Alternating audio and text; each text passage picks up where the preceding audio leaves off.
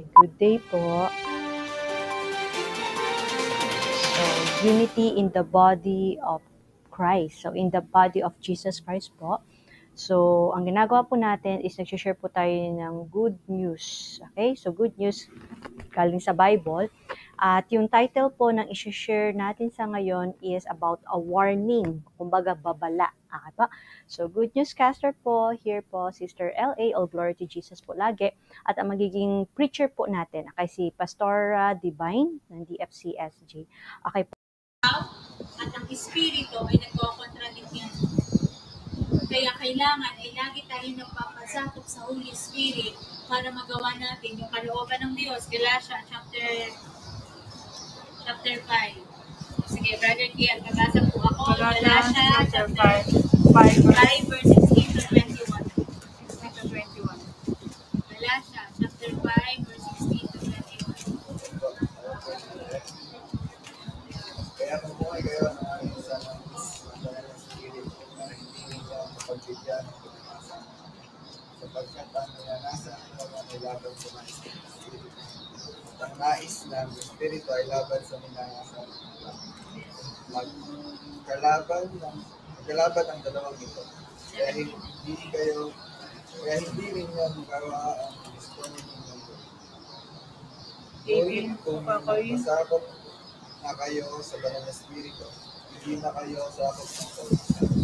Ang mga taong sumusunod sa nilasa ng laman ay makikilala sa gawa nila. Sexual na immoralidad, kalaswaan, kamatayan, pagsamba sa Diyos-Diyosan, pangkukulang, pagkapoot, pagkaaway-away, pagkasakit, pagkagalit, pagkakamatak-matak, pagkakahati-hati, pagkaingit, paglalasing, pagkahilig sa kalayawan, at iba pang kasamaan. Nabalaan ko kayo tulad ng ginawa ko ng unano. Ang mga namumuhay ng ganito ay hindi papabilang sa kahalayan. Amen. Nabasa niyo po? Amen. Nasundan niyo yung binasa ni Brother Kian. Mahalaga yun na nabasa natin. Dahil merong babala sa Diyos. Ang sino mang gumagawa nito ay hindi mapapabilang sa kaharian ng Diyos. Kahit every Sunday present tayo dito, pag ang mga bagay na ito ay nasa atin, hindi tayo mapapabilang sa kaharian ng Diyos. Kaya mahalaga mga kapatid, kaya lagi nilang sinasabi, ano ba yan? Pag Kristiyano ka na, born again ka lang, daming bawal dito, bawal. Ayoko na dyan, daming bawal. Kailangan kasi. Bakit?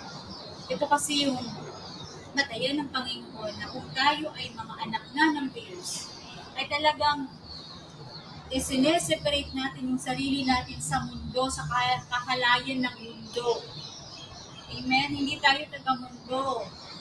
Kung mababasa niyo pa yung Biblia, lagi inuulit ng mga alagad, mga strangers lang tayo. Hindi tayo taga rito, taga langit tayo. Praise God po. Okay, so napakaganda po ng message, no? All glory to Jesus po, kay God our Father, Lord Jesus Christ, and the Holy Spirit. Okay, so so as a recap lang po sa napakinggan natin, so binanggit nga po doon na kumbaga may warning o babala na binigay si God sa kanyang salita na Holy Bible po. At kung makikita po natin is yung mga babala na po na yun ay ilan sa mga kasalanan na hindi magmamana sa kaharian ng Diyos. So kung kunyari may iniisip kang kasalanan na hindi nabanggit dun sa Bible na yun, pwede ko gawin yan. Hindi po. Anuman kasalanan, maliit o malaki, okay po, kasalanan ay kasalanan. Ang mali ay mali, ang tama ay tama. Hindi po natin pwede yun ipaghalo. Okay po? Maliit o malaki po na hindi naaayon sa banal na kalooban ng Diyos, wag na po natin gawin. By the grace and power of the Holy Spirit po kasi is kaya. Kung talaga po kasing mahal natin ang Diyos, ipipray natin yun na God, tulungan mo po ako na wag na pong magkasalan na masunod ko po ang banal na kalooban mo. At napakahalaga po talaga na binabasa natin ang Biblia. So just imagine po, kung hindi natin mabasa itong message na to, babasahin po natin mamaya, o ang Biblia, hindi po natin na alam, nagkakasala na pala ako sa maliit na galit na to, ay nagkakasala na pala ako sa kasalanan na ito. So kung hindi po tayo mabibigyan ng babala ni God at magpapatuloy tayo sa kasalanan, magkakaroon po ng kapahamakan. Pero napakabuti po ng Diyos. Bakit? Kasi ginagamit ni God ang mga lingkod niya sa buong mundo po. Okay po? So sa buong mundo, maraming ginagamit ang ating Diyos at nagkakaroon po tayo ng unity in the body of Christ. Generally speaking po, meaning to say po, ang bawat isa po ay nagtutulungan po para ihayag ang salita ng Diyos sa pamamagitan ng isang banal na espiritu. Iba't ibang simbahan man po yan, iba't ibang tao man yan, nasyonalidad man yan. Ang importante po is parehong Holy Spirit ang nagbibigay na ang kaalaman sa atin na nagmumula sa salita ng Diyos, ng Holy Bible po, at sa pamamagitan ng dakilang pagmamahal ng Diyos Ama, Father God, Lord Jesus Christ at Holy Spirit, tinutulungan tayo ng ating Panginoon na maunawaan ang salita niya, na marinig ang salita niya, mabasa ang kanyang salita, para nga po bigyan tayo ng babala at malinis tayo sa pamamagitan ng makapangyarihan dugo ni Jesucristo.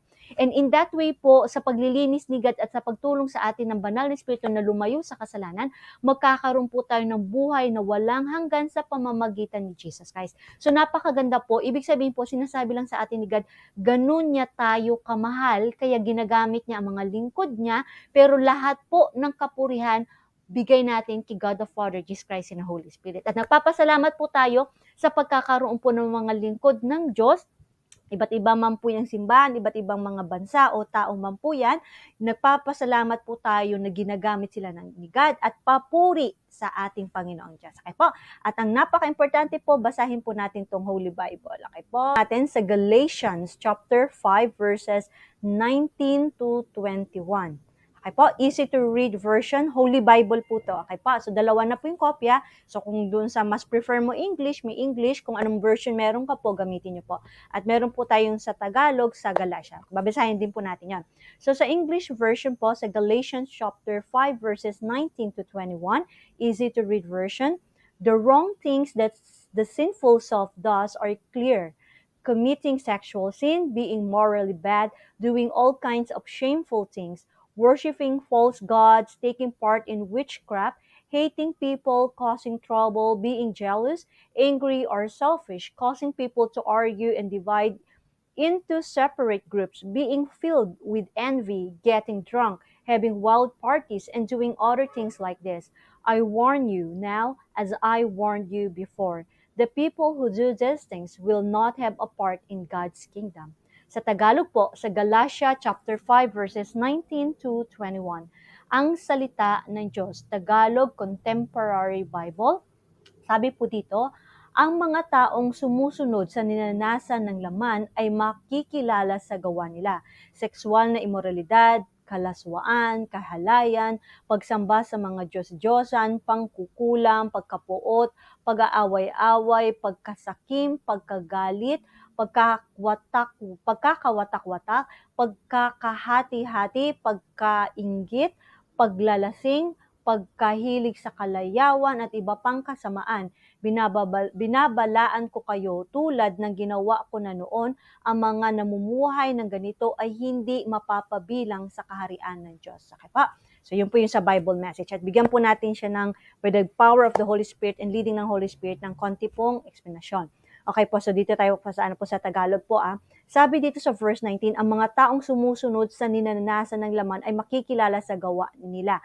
So, ibig sabihin po, mas ginugusto nilang sundin yung makamundo kesa po sa spiritual o yung sa Holy Spirit. So, ano daw po yung mga kasalanan? Ito po yung mga kasalanan, sexual na immoralidad. Pag sinabi po natin sexual na immoralidad, anything na hindi naaayon sa banal na kalooban ng Diyos. Okay po? Yung sa mga sexual immoralidad po, yung mga hindi kasal. Okay po? Pasensya na po, pero po yun ang katotohanan. Hindi po inaayon sa kalooban ng Diyos. Tapos po yung mga babae sa babae, lalaki sa lalaki. Okay? Kumbaga po, yun po ang katotohanan. Si God po nilikha babae at lalaki lang. Walang in between. Mahal po tayo ni God, kahit sino ka man. Okay po? Pero doon po natin makikita gaano natin kamahal ang Diyos na kaya nating isuko ang kasalanan para masunod siya. Okay po? So, kung may ginagawa ka man pong kasalanan at alam mong hindi na ayon sa kalooban ni God, idasal mo po, mapagpatawad si God. Hindi kanya huhusgahan sa ngayon. Okay? Kasi nga po, kung wala pa yung judgment day. Pero wag natin hintayin yung last judgment day bago ka magsisi. Because we'll never know what will happen next. Ano lang po to? Sinasabi dito na wino-warningan tayo ni God kasi mahal niya nga po tayo. So, kung sino ka man po, hindi ko po kilala, ano man po ginagawa mo, hindi ko rin po alam. Only God knows. Kaya wala pong pwedeng mag-judge sa atin. Kasi you'll never know. Yung tao na gumagawa ng kasalanan na yun, kung narinig niyo po ang salita ni God, dito po ang Biblia, nabasa niyo po at nagbago ka po at sumunod ka po sa banal na kalooban ni God, nagsisikat, nagbago, maliligtas ka po. Kaya nga po pinaparating sa atin yung warning eh. Kasi ang gusto ni God, maligtas tayo. Okay po? So mahal na mahal tayo ni God. Okay, hindi ka po namin kinokondemn na, hindi ka po namin ginajudge dahil tao rin lang po kami na i-judge din po tayo ni Jesus Christ. Si Jesus Christ lang po ang just and loving God. Siya lang po yung may karapatan mag-judge. At sabi nga po, gagamitin ang salita ng Diyos para i-judge tayo. Ngayon po, nasa harapan po natin, naririnig natin ang salita ng Diyos. Ang sinasabi nga ni God, ayaw niya po itong mga kasalanan na ito. So, nawa po, idasal natin, God the Father, okay? Pag nagdasal po tayo, dasal po natin to kay God the Father. Siya po yung lumikha sa atin. Kaya niya po tayong baguhin. God the Father, by the power of your Holy Spirit, transform me, cleanse me, forgive me, and help me sin no more. Tulungan niyo po kaming magbago in the mighty name of your Son, Jesus Christ. And po natin ang prayer natin in Jesus' name. Bakit po? Sinabi rin po sa salita ng Diyos, anything that we ask to God our Father in the name of His Son, Jesus Christ, ibibigay niya. At kalooban po ng Diyos na mamuhay tayo sa kalooban niya. At kapag po tayo ay nagsisi sa ating kasalanan, nagbago at lumapit po tayo, tinanggap po natin si Jesus Christ, napaka-bless natin. Okay po? Napaka-bless natin. Bakit po? Kasi po may nilalaan si God na buhay na walang hanggan, wala nang iyakan, wala nang lungkot, maging masaganang buhay po sa kalangitan ng Diyos. In God's perfect will, way, and time. Okay po? So ito po ay manawa po, is ito pong warning na ito ay maging babala para ipakita ni God ang pag-ibig niya sa atin dahil gusto niya tayong iligtas sa kasalanan. Okay po? So, just imagine, ang mga sexual immorality po is anything na hindi mo gagawin sa harapan ng banal na Diyos. Okay po? So, napakabanal ni God at alam natin anumang kasalanan, po, hindi natin ginagawa kasi nakikita, naririnig ni God yun kahit nasaan ka man. Okay po? So next po is kalaswaan, kahalayan, so nasa ganung linyada po yon. So pagsamba sa mga Diyos-Diyosan, ano po yon? Pag sinabing Diyos-Diyosan, anyone, anything aside from God our Father, Lord Jesus Christ, and our Holy Spirit. Yung mga tao, santo, praise be to God. Okay po? Sila po ay ginamit ni God, pero hindi po sila Diyos. Okay po? In respect po, ako po ay dati pong, iba rin po yung relihiyon ko dati, at hiningi ko po yun ng tawad kay God. Lumuluhod po ako, nagko-kolekta po ako ng mga santo, dinadasalan ko po sila, at kasalanan po yun. Nalaman ko lang po yun sa pamamagitan ng salita ng Diyos nung nabasa ko po sa Bible. Yung sa Exodus chapter 20, thou shalt not bow in any image in heaven or on earth. So, ibig sabihin, doon ko na-realize, mali pala yung ginagawa ko. All this time, minemorize ko ang 10 Commandments pero hindi ko siya naunawaan. Praise be to God. Nung time po na yun, nangusap ang Holy Spirit at nagbago po ako sa pamagitan ng banal na Espiritu. Ganon din po kayo. Okay po? So nawa po, magbago po tayo ayon po sa kalooban ni God. Okay po? Ayon po sa banal na Espiritu. So ibig sabihin po, kung tao o anumang bagay, wag mo po siyang sambahin. Hindi po yan Diyos. Okay po? Ang Diyos po natin, si God our Father, and Lord Jesus Christ, Son of God, and the Spirit of God, which is the Holy Spirit. Si Yahweh, ang ating Panginoong Diyos. Okay po? Mahal na mahal niya tayo. Okay po? Huwag po tayo sumamba sa Diyos-Diyosan. Kung ginagawa at nagawa na natin, ihingi po natin ng tawad kay God. God is faithful to forgive. Patatawarin niya po tayo sa anumang pong kasalanan natin. Ano pa? Mahal po tayo ni God. Pangkukulang, pagkapuot, okay, pangkukulam. Kung hindi ko po alam kung sino man na nakikinig dito, may ginagawa ka po mga ganung bagay, isuko mo po kay God yan. Okay? Kaya pong tanggalin yan ni God. At yung mga ganung pong bagay is dadala ka lang po niyan sa kapahamakan. Okay po, meron pong parusa sa mga taong gumagawa niyan. At mahal ka po ni God. Kaya po pinaparating sa iyo ang mensahe na to para po itigil mo na po yan at magkaroon ka po ng buhay na walang hanggan through Jesus Christ. Pagkapuot, pag-aaway-away, so, ibig sabihin pagkapuot, pag-aaway-away, brother, sister, maliit lang naman yung galit ko dyan. Maliit po o malaki, hindi po binanggit dito ang sinabi pagkapuot, maliit man yan po o malaki, hindi po naaayon sa kalooban ni God. So, ibig sabihin po, hindi po talaga imposible na mapuot kayo sa tao kasi lalo na nandito pa tayo sa mundo. Pero, hindi rin posible na mawala yun. Okay, kasi po, diba, kinuman tayo ni God be holy, for God is holy. Hindi po yun i-command ni God kung alam ni God na imposible. Kasi alam ni God na sa pamamagitan ng kanyang banal na espiritu, kaya po natin mamuhay na may kabanalan. Pag sinabing may kabanalan, walang galit. Ibig sabihin, kung nagalit ka man, unintentionally, may gumawa siya ng masama at nagalit ka, huwag mong hayaang lumipas yung buong araw, matutulog ka na nagalit ka pa rin dun sa tao na yun. Patawarin nyo na po. Kano man kalaki o kaliit yung nagawa niyang kasalanan, isuko mo kay God. Mahirap magpatawad, lalo na po kung alam mo na parang grabe yung ginawa sa'yo.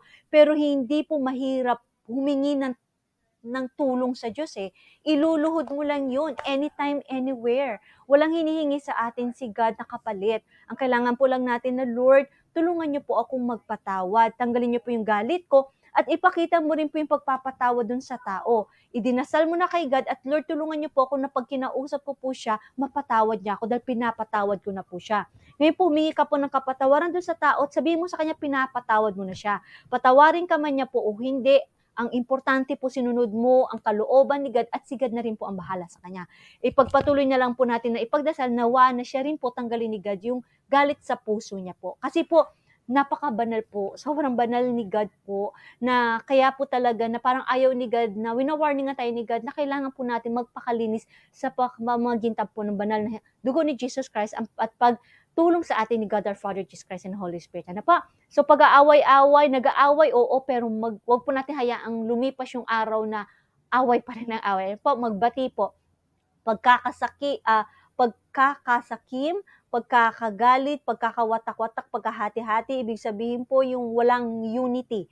Napakahalaga po ng pagkakaisa. Lalo na po sa mga lingkod ng Diyos, sa mga simbahan po. Siguro po, sa akin lang po siguro, minsan may napapansin ako, siguro nagiging reason po ng pagkakahati o pagkakawatak-watak is yung mga nagkakaroon ng misunderstanding. Siguro kung kinorek ka ng tao or ganyan, siguro kung nasa Bible po, wag po nating gawing way yung parang magalit tayo. Siguro po, para po sa akin, okay, personally po sa akin, kapag may nagko-correct sa akin at alam kong nasa Bible, yun, nagpapasalamat po ako sa lingkod ng Diyos na yun. Nagpapasalamat ako sa tao na yun. Bakit? Kasi it's God's way telling me na, anak, mahal kita, kailangan mong magbago para hindi ka mapahamak. At ginamit niya yung tao na yun para makarating sa iyo yung pagko-correct na yun. Kaya sana po i-appreciate po natin. Okay po? Kung na-offend ka man po, patawarin mo na siya at pwede mo naman po siya sabihin na offend ako sa sinabi mo at kung tunay na anak siya ng Diyos, hihingi rin po siya ng kapatawaran. Okay po? Dapat po magkaroon po ng pagpapatawad. Siguro po hindi magkakaroon ng disunity kung ang bawat isa po at sa atin ay magpapakumbabaan na pa. So next po is pagka-inggit. So ayaw ni God na naiinggit. Kung ano yung meron yung iba, magpasalamat tayo, thanks God, meron po siya nun. Kung gusto mo rin magkaroon nun, Lord, tulungan niyo po ako. Sana po balang araw, magkaroon din po ako nun. In your perfect will, way, and time, God. In Jesus' name, amen. Pero huwag kang mainggit. Ibigay man sa'yo ni God yun o hindi, okay lang. Magpasalamat ka kung ano po yung magandang nangyayari sa buhay ng ibang tao. Tapos idasal mo na, Lord, sana po balang araw maging ganun din po ako. Okay po? Nalulugod si God na makita niya, natutuwa tayo kapag nagiging maayos ang buhay ng ibang tao. Okay po? Paglalasing. Okay, kasalanan po ang paglalasing. Okay po? So, hindi po ako nagsasabi nito, salita ni God to. Ginagamit lang po kami para iparating po sa mga tao, maliit, malaki, o maraming alak man yan, sabihin mo, ay, konti lang naman yung nainom ko Hindi po sinabi dito na maraming pag-iinom ng alak, basta po paglalasing. Kasalanan po. Kasi po, it will lead us po sa mga kasalanan na hindi naayon sa kalooban ng Diyos. So, kung umiinom ka po ng alak at sinabi at narinig mo na po na kasalanan po yan, i-pray mo po kay God. Okay po, gawin mo yung pagbabago, hindi sinabi ko dahil sinabi ni God sa atin. Okay po? At yun po ay protection din ni God para po ilayo rin po ang mga tao sa mga sakit, okay po, at ilayo rin po ang tao sa kapamakan. At para po bigyan ka ni God ng buhay na walang hanggan. Kasi ang gusto ni God talaga, maiayos po ang buhay natin. So kung nakarating po to sa atin, yung mga salita na to, magpasalamat tayo kay God na, Lord, maraming salamat, babaguhin niyo ako at gusto niyo po ako maging maayos ang buhay. Okay pa? So next is pagkahilig sa kalayawan at iba pang kasamaan. Ibig sabihin po yung mga wild parties nga dun sa English version. So, ibig sabihin yung mga kalayawan na magdadala sa'yo sa kasalanan. Okay, so siguro po, ano ko na rin po dito yung pagsusuot po ng mga damit na hindi na ayon sa kalooban ni God. Kung one time in your life nagsuot ka kunyari ng mga damit na malalaswa at nagbago ka nung malaman mo na ayaw ni God yung praise be to God.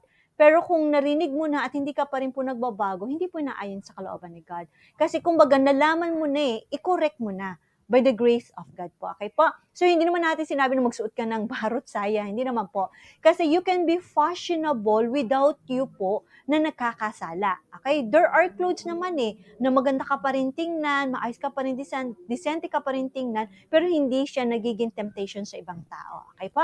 So next po is sabi dito, binabalaan ko kayo tulad ng ginawa ko na noon. Okay po? Ibig sabihin na binabalaan tayo. Salita ni God to Holy Bible. Totoo po to. Buhay ang salita ng Diyos. It's all about Jesus Christ and the holiness of God and God's kingdom. So, binabalaan niya tayo kasi po ang gusto ni God, iligtas tayo. Okay po? Mahal tayo ni God. Ang mga namumuhay ng ganito ay hindi magpapabilang sa kaharian ng Diyos. Pag sinabi po natin mapabilang sa kaharian ng Diyos, sa kalangitan. Napakaganda po ng kalangitan, praise be to God, at kaharian ng Diyos. So, ibig sabihin ng lahat ng kailangan mo nandun na. Okay, perfectly. Kasi po, andun na yung perfect God na nag-create sa atin.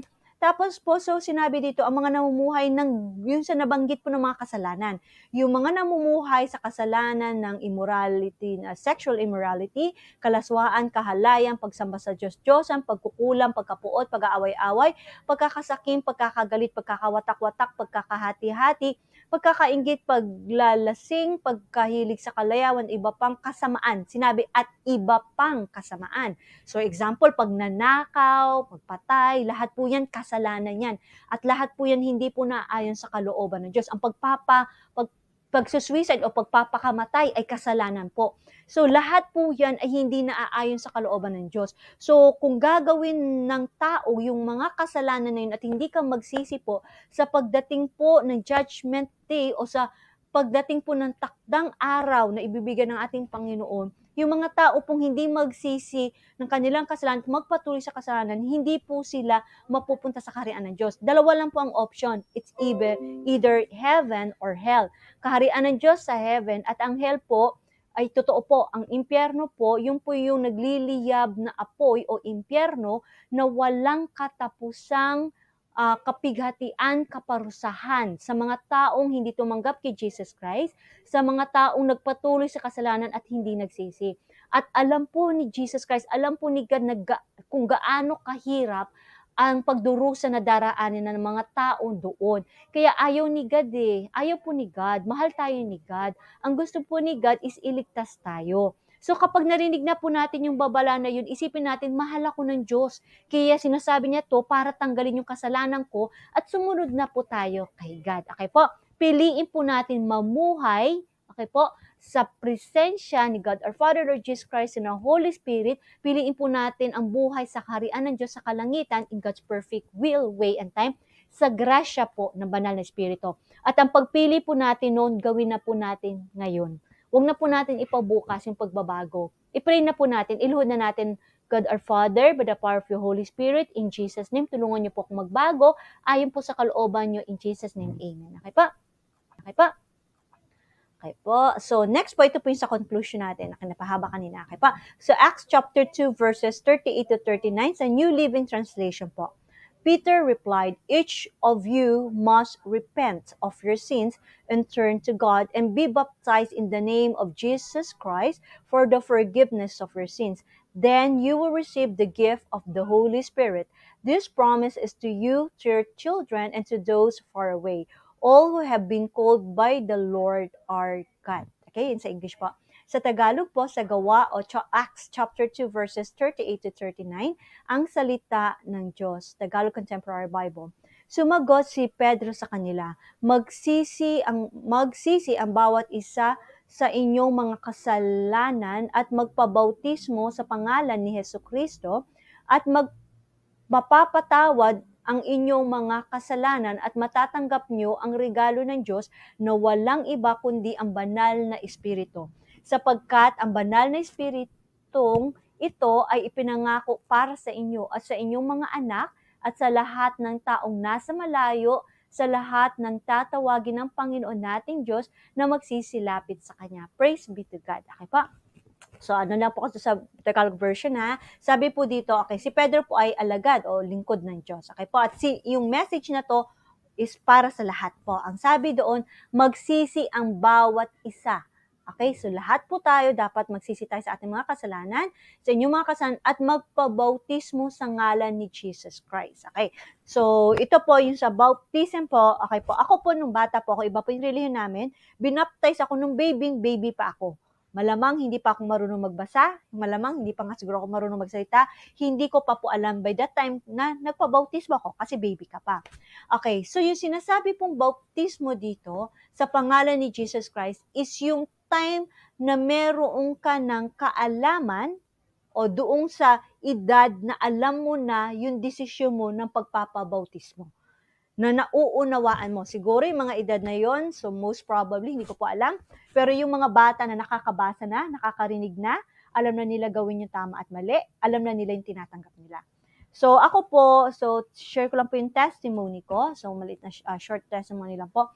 So matagal po ako, okay, sobra, bata pa ako po sa grado na yun po yung relihiyon ko po. Pero nung nag-abroad po ako noon, doon bigla po ako nakabasa yon, sinama ko sa mga Bible study, doon ko nga po na-realize na kasalanan po pala yung idolatry. Kasi nagkukolekta po ako ng mga santo, dinadasalan ko po sila. So doon ko na-realize kailangan ko ang Word of God. So nagbasa ako ng Bible hanggang po na dumating sa punto, meron akong hiningi kay God. Nasabi ko, Lord, kung totoo ka pong Diyos, sabi ko, hingin ko po to sa iyo, God, before Christmas na ibigay niyo po sa akin. Okay, so yun yung time na yung papa ko, nasa ibang bansa siya, nasa China siya, may tumawag sa amin, hindi na daw po namin makikita. Tapos ang pinray ko nung kay God, sabi ko, by that time nagsisimba na po ako sa Christian church, pinagsasabay ko yung dalawang simbahan ng dati. So, sinabi ko, Lord, sabi ko, one thing I ask from you, Lord. Sabi ko, magpapabaptize po ako as a Christian. Sabi ko, kung before Christmas, makakausap ko po ang papa ko. Kasi ilang months na hindi namin siya makontak. At sinabi, hindi na daw po namin siya makontak, sabi nung tao na nakikipag-communicate sa amin. So, ang nangyari po noon, so, before Christmas, nagtumawag ang papa ko at sinabi niya, may nangyari nga daw po noon at bigla na, thanks be to God, naligtas siya at nakausap ko siya po exactly before Christmas. So, praise be to God. Doon ko nasabi sa ko, praise be to God. Sabi ko, God, buhay ka po. In Jesus' name, pinray ko po yun. At wala po nakapagpigil nun sa akin. Hindi na po ako, pinaalam ko lang, say ko kay mama, kay papa, magpapabaptize ako, hindi po sila sa akin nagpigil. Dahil sabi ko, it's my vow or it's my communication between me and God. And praise be to God po. So, tinanggap po nila yun. At kung tanggapin man po nila, hindi yan, nagbigay na po ako ng respeto sa kanila. Ang sa akin po ay susundin ko kung ano po yung pinangako ko kay God. So, nagpabaptize po ako as a Christian and everything else follows. Revelation upon revelation, pinakita ni God sa panaginip, sa pangitain, sa vision, sa reality, na napakabuti at totoo nga pong buhay ang Diyos sa tinatanggap natin, si God our Father, Jesus Christ, and the Holy Spirit, at buhay ang Biblia. So, marami pa pong testimony in God's time po, masishare din po natin yun. So, ano po yun? So, ang sinasabi ko, yung pagpapabautismo sa pangalan ni God our Father and Lord Jesus Christ and the Holy Spirit, yun po yung time na alam mo na tinatanggap mo siya. And when you say tinanggap mo siya, it's a new creation eh. Ibig sabihin, willing ka na talikuran yung mga kasalanan mo at sa paglubog sa iyo sa tubig at pag-ahon mo sa tubig, it's just a symbolism, yung paglubog sa iyo sa tubig. Pero ang ibig sabihin nun, nililinis tayo ni Jesus Christ, nilulubog natin yung kasalanan natin, aahon tayong malinis through the living water which is Jesus Christ, and God our Father, Jesus Christ, and the Holy Spirit, at tinatanggap natin in witness sa mga tao po, sinasabi natin, I accept Jesus Christ as my Lord and Savior.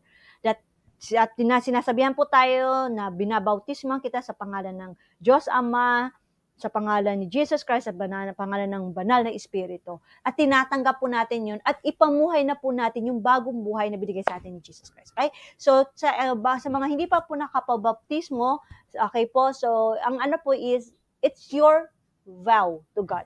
Okay po?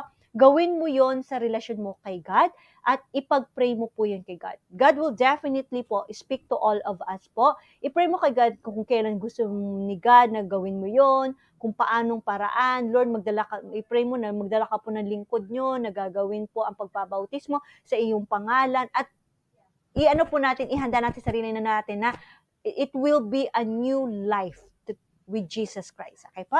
So, praise be to God po sa lahat na nangyari sa buhay natin. At magpatawad ang iyong patatawarin tayo ni God sa ating mga kasalanan the moment we accept Jesus Christ. At matatanggap daw po natin ang banal na Espiritu. Napakalaga po ng banal na Espiritu. Ng Espiritu ng Diyos na siya pong magsasabi at magpapaalala sa atin ng lahat ng ipinangako ni Jesus Christ. At nasa salita po yun ni God. Nasa Holy Bible po yun. Mapapansin nyo po, the moment na tinanggap natin si Jesus Christ, papasok sa atin ng banal na Espiritu. Kapag binasa na po natin ang Biblia, yung mga malalalim na message na uunawaan natin, hindi dahil sa kaalaman natin Dahil po sa pagsama ng banal na Espiritu na tumutulong sa atin na maunawaan natin ang mga pahayag ng ating Panginoon. At siya rin po ang tutulong sa atin na maisabuhay natin yan. Okay po? So praise be to God our Father, Jesus Christ, and the Holy Spirit. Tapos sabi po doon ay, yun, so yung pong pangako na gift of the Holy Spirit ay para sa lahat. Okay po? Kahit sa mga anak nyo. At wag na po natin ang na tayo lang. Maging masaya po tayo na lahat ng tao, pamilya natin, kamag-anak, angkan natin, katrabaho, kaklasmate, lahat po, nawa po tayo po ay lahat makatanggap po ng banal na Espiritu, nawa po lahat tayo po ay mamuhay ng may kabanalan, lahat po tayo ay ililigtas si Jesus Christ, nawa po lahat tayo magkaroon ng buhay na walang hanggan at masaya sa kaharian ng Diyos. Okay po? So again po, paalala lang po, lahat po ng salita ng Diyos ay ibinigay sa atin para po iligtas tayo ni Jesus Christ. Para po bigyan tayo ni God ng babala, para maiayos ang buhay natin. Kaya wag po tayo ma-offend sa pagkukorek, nawa po ay matuwa tayo na tayo po ay nililinis ni God. Okay po? So, mahal ka ni God. Hindi ko kilala kung sino po nakakapanood nito, pero one thing I know for sure, the moment na iparating sa iyo ni God ang salita niya sa pamamagitan ng Biblia, pinapakita ni God sa ating lahat ang dakilan niyang pagmamahal. Kaya magpasalamat po tayo kay God at magpatuloy. May this not be just the first time that you will hear the word of God. Magpatuloy po tayo sa pakikinig ng salita ng Diyos. So, Holy Bible po, bumili ka. Okay, para may mga Holy Bible po, libre. Lahat naman po siguro tayo, may mga gadget na at mobile phone. Mag-download ka po, Holy Bible. Okay po, sa salin, kung anong salin na gusto mo. Okay po, sa akin po ginagamit ko ay ang salita ng Diyos. Bible Gateway po sa website ang ginagamit ko. Sa cellphone naman po is Bible Gateway din po. Saka may iba-ibang version po. So, i-check ko po doon kung ano yung pinaka-version na mas malilinawagan po tayo. Okay po? So, pinaka-closest to the first, original version is the King James Version. Medyo malalim lang po yung version na yon, pero pwede po kayong mag-check ng New King James Version, New Living Translation, easy to read version sa English version po. Okay? So, sa iba naman po ng mga language, pwede nyo rin po i-check. Tapos sa Pilipino po is ang salita ng Diyos or check nyo rin po yung ibang version. Okay po? At lagi po, tandaan po natin, bago po tayong magbasa ng Biblia, manalangin. Okay po? Mauunawaan po natin, maisasabuhay po natin ang salita ng Diyos sa pamamagitan ni God, pagsama ng banal na Espiritu.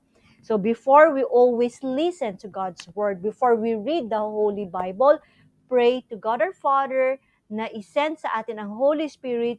Help us, God, to understand your message and help us, God, to obey your message. All for your glory, Father God, Lord Jesus Christ, and the Holy Spirit, in Jesus' name, amen. Okay, lagi po natin ipipray yan. So sa lahat ng bagay po na ito, maraming salamat. All glory, thanks, and praises to our Lord God, God our Father, and Lord Jesus Christ, and the Holy Spirit. God, love, and bless us all. Maraming salamat po at magpatuloy lang po tayo sa paglilingkod natin sa ating Panginoon Diyos. God bless everyone. All glory to Jesus po. God bless po.